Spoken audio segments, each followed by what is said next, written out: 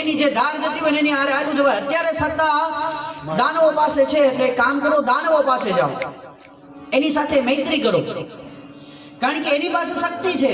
એટલે એ શક્તિથી સમુદ્રનું મંથન થશે. એટલે કીધું કે દાનવો થોડા આપણી સાથે સંધિ કરે. એટલે કીધું કામ કરો. જીવવાની આશા તો બધાને જ છે. તમારે ત્યાં જઈને એટલું જ કહેવાનું કે સમુદ્રમાં જે અમૃત છે એ અમૃત નીકળે એ આપણે ભાગ પાડી લઈશું. એટલે અમૃતની વાત કરી કે અમૃત નીકળે એ ભાગ પાડી લેવાનું.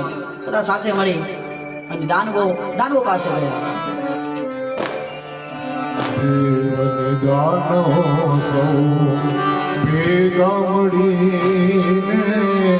સાગર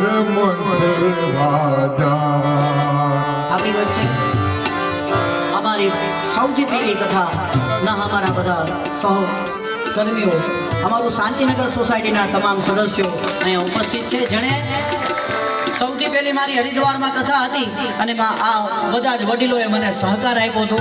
આ બધા જ વડીલો આજ અમને આશીર્વચન આપવા માટે એવા કનુભાઈ રામાણી, ઘનશ્યામભાઈ કાનાણી અને બાબુલાલ રામાણી અને હાર્દિકભાઈ, જે આકાશ દાદાએ પહેલી કથા કરી હતી. અમે 184 જણા લઈને હરિદ્વારમાં ગયા હતા અને એમનું ટોટલ મેનેજમેન્ટ આ અમારા જે શાંતિનગર સોસાયટીના 4 જણા છે એમને માથે લઈને આખી કથાનું આયોજન પૂર્ણ કર્યું હતું. તો એમને તાલીઓથી વધાવી લે. અને સાથે શાંતિનગરમાં અમારું યુવા ગ્રુપ છે જે અત્યારે આવી રહ્યું છે તમારી વચમાં. 7 દિવસ કથા ચાલી ત્યાં સુધી ખડે પગે ઉભા રહ્યા. જેને પાણી જોઈ છે એને પાણી આપ્યું, જેમને ચા જોઈ છે ચા આપી, જ્યાં બેઠા છે ત્યાં બધી જ વ્યવસ્થા અમારું આ યુવા ગ્રુપે કર્યું હતું. તો એમને પણ તાલીઓથી વધાવી લઈ.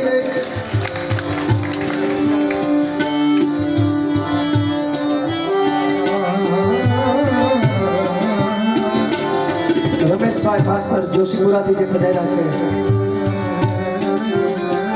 આ બાજુ અતિથિઓની વ્યવસ્થા છે ત્યાં બિરાજમાન થજો.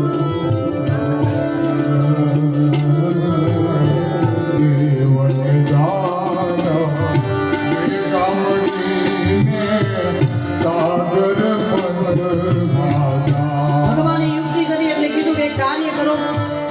દેવતાઓ બધા સાથે મળી દાનવો પાસે ગયા. હવે દાનવોને કીધું કે સમુદ્રમાંથી જે અમૃત નીકળી આપણે લઈએ. એટલે આ તરફ દાનવોને વિચાર આવ્યો કે અમૃતની વાત છે, આપણે નીકળ્યા પછી શું વહીવટ કરવો એ આપણે જોવાનું, એને આપશું નહીં આવો વિચાર કરી અને દાનવો સખ્ત થઈ ગયા. મંદરાચલ પર્વતને લઈ આવ્યા અને વાસુકી નાગનું નેતૃ બનાવ્યું.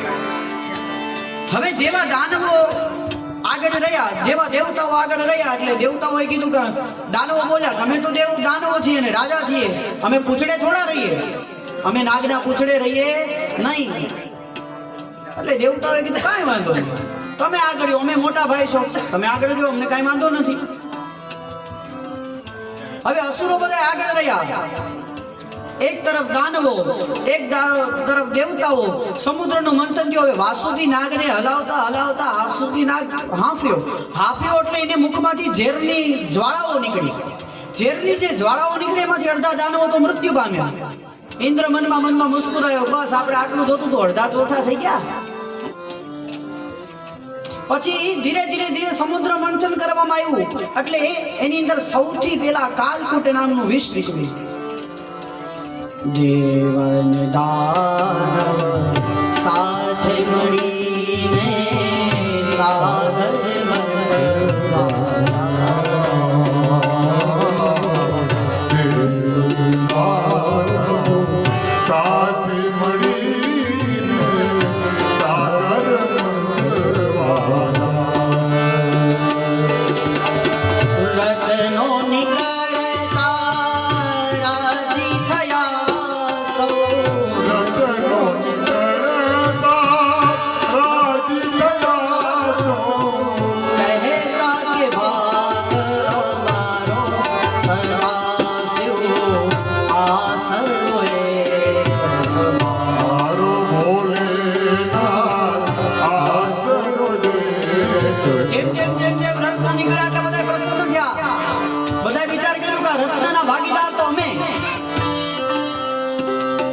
પણ જેવા રક્ત નીકળ્યા તમને જેટલી વસ્તુ સારી ક્યાંયથી પ્રાપ્ત થાય ને એની ભેગી ભેગી તમને ખરાબ વસ્તુ પણ પ્રાપ્ત થાય.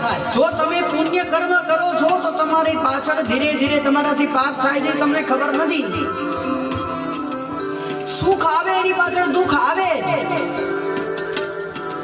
એમ સમુદ્રમાંથી રત્નો તો પ્રાપ્ત થયા પણ ભેગું શું નીકળ્યું? કાલકૂટ નામનું ભયંકર વિષ નીકળ્યું. કેવું વિષ? વિષ નીકળ્યું ત્યારે વિષ્ણુને કહ્યું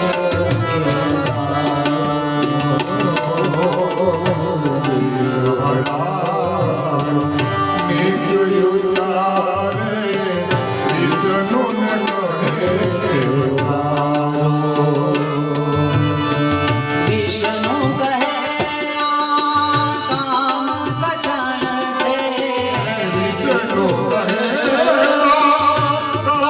કઠણ છે, શંભુનો શરણ સ્વીકારો સદા શિવ આસરો રે.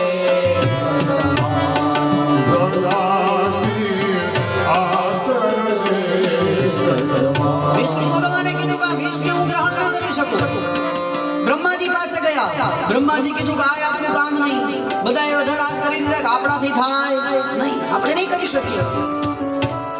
તો હવે જગતની અંદર એક જ એવો દેવ કે જે વિષને ગ્રહણ કરી શકે. કોણ? ભોળાનાથ. બધા સાથે મળી શિવ પાસે ગયા અને શિવને જઈને બધાએ પ્રાર્થના કરી કે અહમ નિર્વિકલ્પો નિરાકાર રૂપો ચિરાકાશ સદા મે સમસ્તમ મુક્તિ ન બંધમ. હે પરમાત્મા, તમે અમને મુક્તિ આપો. આ વિષને તમે ગ્રહણ કરો. અને બધા ભોળાનાથ પાસે ગયા, ભગવાનની સ્તુતિ કરી. એટલે ભોળાનાથ એમ કહેવાય કે ભોળો દેવ. એકમાં ભજનમાં લખ્યું છે બખાન ક્યા કરું તેરી લાખો કે ઢેર કા ચપટી બબૂત મેં હે ખજાના કુબેર કા. એ પરમાત્મા જો પ્રસન્ન થઈ જાય, એ ભોળોનાથ પ્રસન્ન થઈ જાય તો એક ચપટી વગાડે અને કુબેરનો ભંડાર ખાલી કરી દે. અને એ જ ભોળાનાથ એક ચપટી વગાડે અને કુબેરને ગયેલો ભંડાર પણ પ્રાપ્ત કરાવે. એ ભોળા જે શિવ એટલા બધા ભોળા છે કે કોઈ આવીને એને એમ કીધું કે પરમાત્મા તમે આ વિષને ગ્રહણ કરી લો.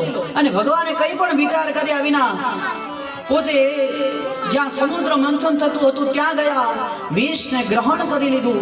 અને વિષને ગ્રહણ કર્યું એટલે શું વિચાર કર્યો કે હલાહળ છે અને ગળાની નીચે ઉતારાય નહીં. ઘણી વખત જીવનમાં અનેક પ્રશ્નો એવા હોય કે જેને તમે બહાર પણ ન કાઢી શકો અને અંદર પણ ન લઈ શકો. એટલે ઘણા એવા બને કે જીવનથી હારી જાય ને પોતાના જીવને ટૂંકાવી દે. એટલે કોઈએ લખ્યું છે જગતની અંદર ઝેર પીનારા બધા શિવ નથી હોતા અને જેવા દેખાય છે એવા ગુણ મનુષ્યના નથી હોતા.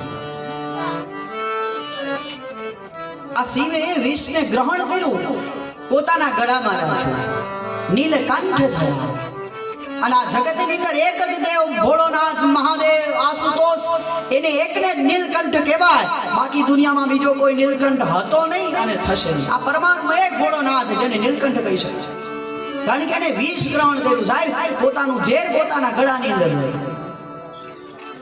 નીલકંઠ મહાદેવ બધાએ ભગવાનનું ચિંતન કર્યું અને આજે ભગવાનનું નામ નીલકંઠ થયું. કારણ કે ગળું નીલ વર્ણનું થયું. બધાએ જયકાર કર્યો, બોલો નીલકંઠ મહારાજ.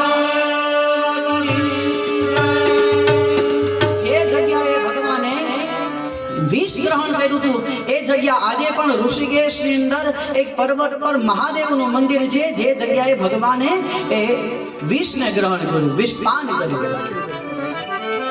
નીલકંઠ મહાદેવ. અહીંયા આ કથા સમજાવી. પછી એક અધ્યાયની અંદર લક્ષ્મી, કારણ કે ધીરે ધીરે સમુદ્રનું મંથન થયું ફરીવાર એટલે અનેક જાતના રત્નો નીકળ્યા. લક્ષ્મી, કૌતુક, પારિક, જાતક, સુરા, ધન્વંતરી, ચંદ્રમા, અનેક પ્રકારના. હવે કૌસ્તુભ નામનો મણિ નીકળ્યો.